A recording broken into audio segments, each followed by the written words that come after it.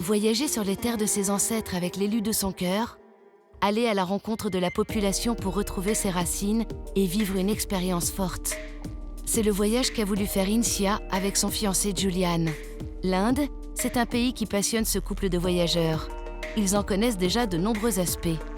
L'année dernière, ils choisissent d'y retourner et de découvrir à pied une partie de la région du Cachemire. Nous, on s'est rencontrés en Inde, déjà, donc c'est quand même important. Et puis, ça faisait presque un an et demi qu'on était en France. Et forcément, ça manque, le voyage, l'aventure. Et on avait décidé de faire un trek d'une semaine dans le Cachemire qu'on a préparé à l'avance, qu'on a mis du temps à préparer, qu'on attendait avec impatience. Le couple arrive à Srinagar, dans le nord-ouest de l'Inde. Une ville construite au bord du lac Dal et très prisée des touristes pour son environnement enchanteur. Mais dès leur arrivée, Julian et Insia ont une mauvaise surprise. En fait, le jour où on arrive, il y avait une pluie battante. On s'attendait pas du tout à ça. On avait regardé pas mal de photos, de vidéos et tout, avec un grand soleil, des paysages magnifiques et tout. Donc déjà, moi j'ai eu un petit choc en arrivant en disant c'était pas très engageant dès le départ, mais surtout dû au temps en fait. La météo catastrophique gâche le début du séjour, mais les deux amoureux ne se découragent pas pour autant. Ils comptent sur le trek prévu le lendemain pour découvrir enfin la beauté des lieux. On avait prévu de partir très tôt.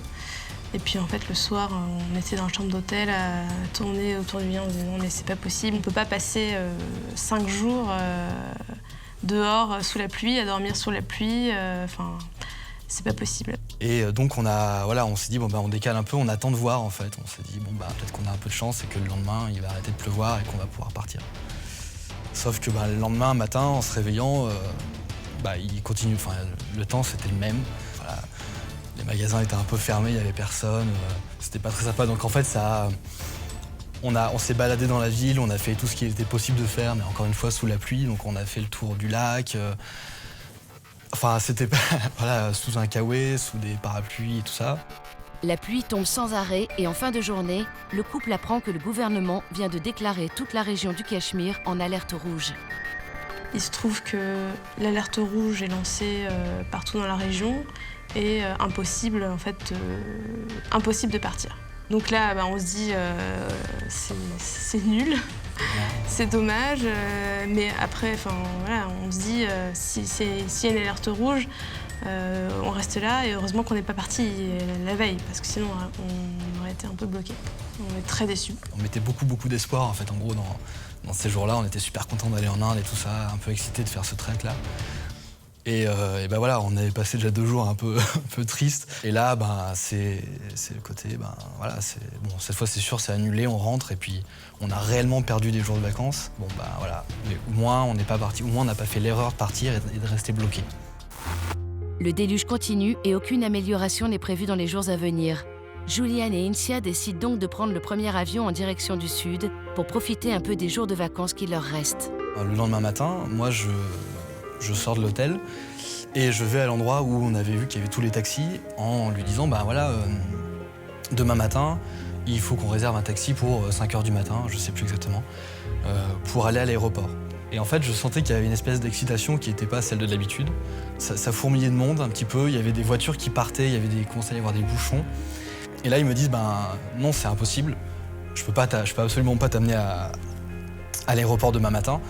Donc j'essaie d'insister et de comprendre un peu plus et tout. Et là, je comprends que c'est réellement pas possible et que vraiment les routes sont bloquées. Voilà, on voyait les gens un peu paniqués, plein de policiers dans la rue. Je me suis doutée qu'il y avait un truc qui allait pas et j'ai tout de suite compris qu'on n'aurait pas notre avion, quoi. Il y a des bus, des voitures, des taxis, il y a une excitation folle.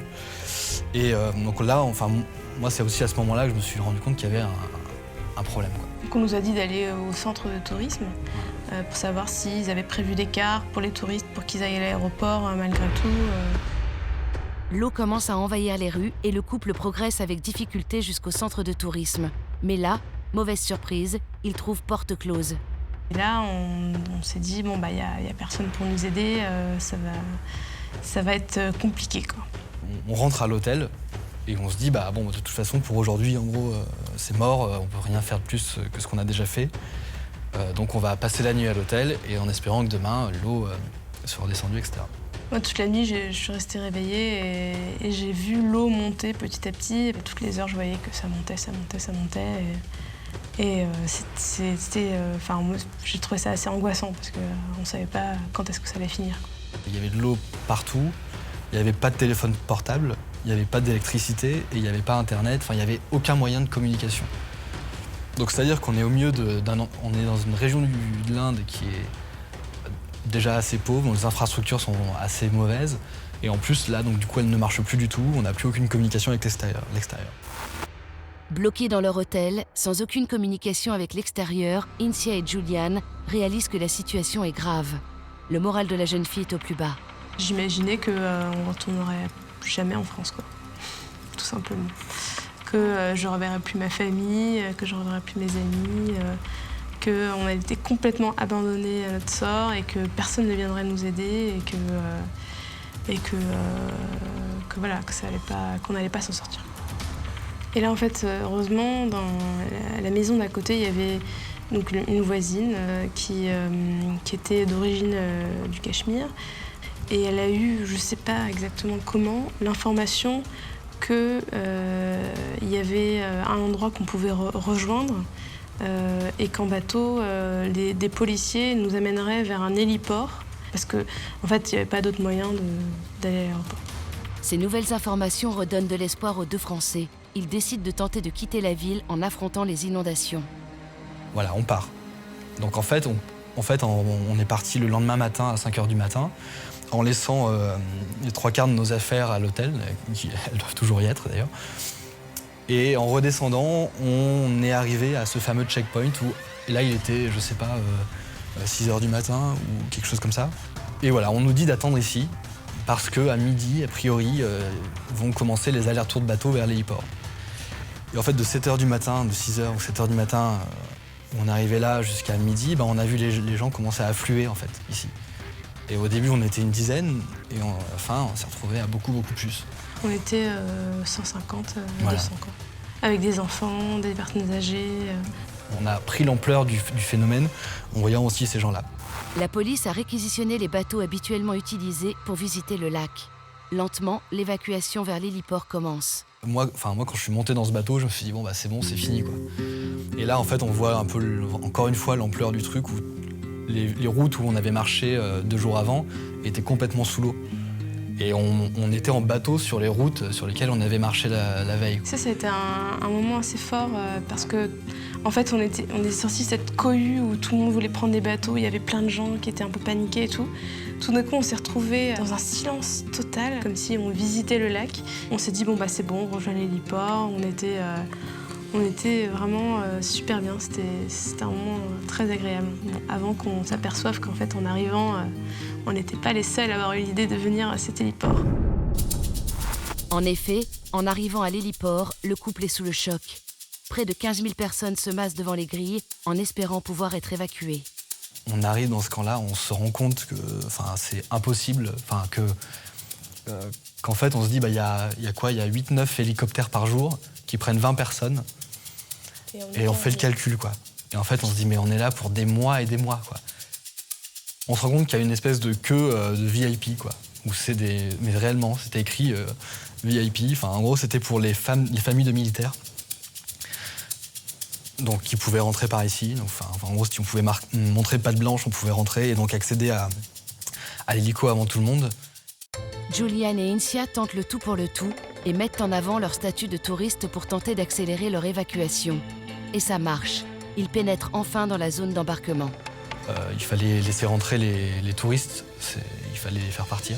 C'est assez cynique comme situation.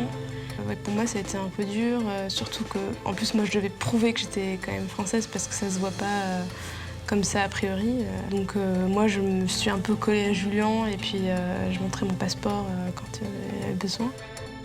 Le couple est partagé entre ce malaise et l'espoir de quitter la zone inondée.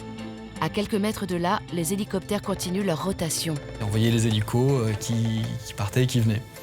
Et le général, a priori la personne qui s'occupe de l'organisation des évacuations, vient nous voir pour nous dire, en gros, vous êtes en priorité. Encore une fois, voilà.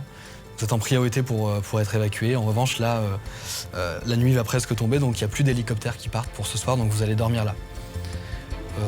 Donc franchement, à ce moment-là, on se dit tant pis quoi. Enfin, c'est cool, on dort là et puis on part demain matin. L'endroit était super calme. Il sait qu'on est là, il y a peu de monde dans l'héliport, donc on s'est dit on va aller là demain matin, on va partir et c'est fini. On passait du désespoir total à l'espoir retrouvé tout le temps, comme ça. Et là, effectivement, le lendemain, quand on s'est réveillé, l'espoir s'était complètement perdu. À nouveau, puisque pendant la nuit, les gens avaient réussi à rentrer à travers la grille. On se réveille avec des gens qui crient, une émeute sur le tarmac. Ils avaient peut-être été effectivement aussi frustrés de voir des étrangers passer devant eux. Et il y avait vraiment une tension en fait à ce moment-là, le matin. Et donc, à nouveau... On se sentait limite en insécurité parce qu'effectivement, nous, on était passés devant et on comprenait tout à fait que les gens trouvaient ça complètement injuste et ils avaient complètement raison. Les 2 Français parviennent à se faufiler dans la foule pour retrouver le militaire qui leur avait promis une évacuation rapide. Et là, en fait, il me dit non, mais là, vous voyez bien que je suis occupée à autre chose, j'ai vraiment pas le temps pour vous, je suis désolée. Il y aura peut-être même pas d'hélico, donc arrêtez de venir me voir, laissez tomber. Là, vous voyez que je suis occupée, c'est la crise, les gens manifestent, je peux pas m'occuper de vous. Voilà. Les militaires ont commencé à se retirer du tarmac en disant de toute façon c'est l'anarchie, on ne peut plus rien contrôler, c'est fini, il n'y aura pas d'hélico aujourd'hui. Il y a un moment, on est en train de se monter des plans, on va aller rejoindre l'aéroport à pied, comment on va faire, on va nager, on va mettre nos passeports dans un sac imperméable. Enfin, on commençait à partir dans des plans mais complètement irréalistes parce que je pense que c'était pas possible. Il ne reste plus qu'une solution, attendre que la situation se débloque. Les touristes se sont regroupés et tentent de se soutenir moralement. Donc quelques heures après, je sais pas vraiment si le calme était redescendu, mais en tout cas, il y a un hélico qui se pose. Et là, les gens commencent à... une espèce de foule qui rentre dans l'hélico. Ce premier hélico s'en va avec 20 personnes. On se dit, encore 20 personnes. Bon. Et là, je sais pas trop comment, le deuxième hélico se pose. Et là, on se prend, et on rentre... On a réussi à être dans la file qui partait. Voilà. Je sais pas encore comment on a réussi à faire ça, alors qu'on était des milliers à vouloir y monter. C'est une espèce de grosse émotion où en fait on se relâche là où on sait réellement que c'est bon. Parce que même si... là c'est bon, il ne peut rien nous arriver d'autre. On a du mal à réaliser encore qu'on est sauvé. Voilà. Après, on a vu dans l'hélico, on voyait toute la ville complètement sous l'eau. C'était horrible. On voyait des gens qui levaient les bras sur les toits. Encore une fois, c'était ce sentiment-là on est super content parce qu'on est dans cet hélico. Mais il y a une espèce de tristesse en même temps qui est de constater l'ampleur des dégâts et voilà, on sait que pertinemment, il y a des gens qui sont là et qui vont y rester et qu'il y a encore 14 000 personnes qui sont en train d'attendre l'hélico. Il y a une espèce de double émotion comme ça, qui est assez étrange à vivre. Cette inondation est l'une des catastrophes les plus meurtrières qu'ait connue la région. Conscients de leur chance, Julian et Incia savent aussi que ce voyage les a profondément transformés. Il y a des choses qui ont changé, Et du coup, ça fait un peu c'est un peu cliché de dire ça, mais c'est quand même la vérité. C'est-à-dire qu'on relativise sur ce qu'on vit, sur les problèmes qu'on a au jour le jour, sur les trucs. Voilà. Je pense qu'au final, ça renforce un peu le caractère. Ça endurcit un peu et ça... Voilà.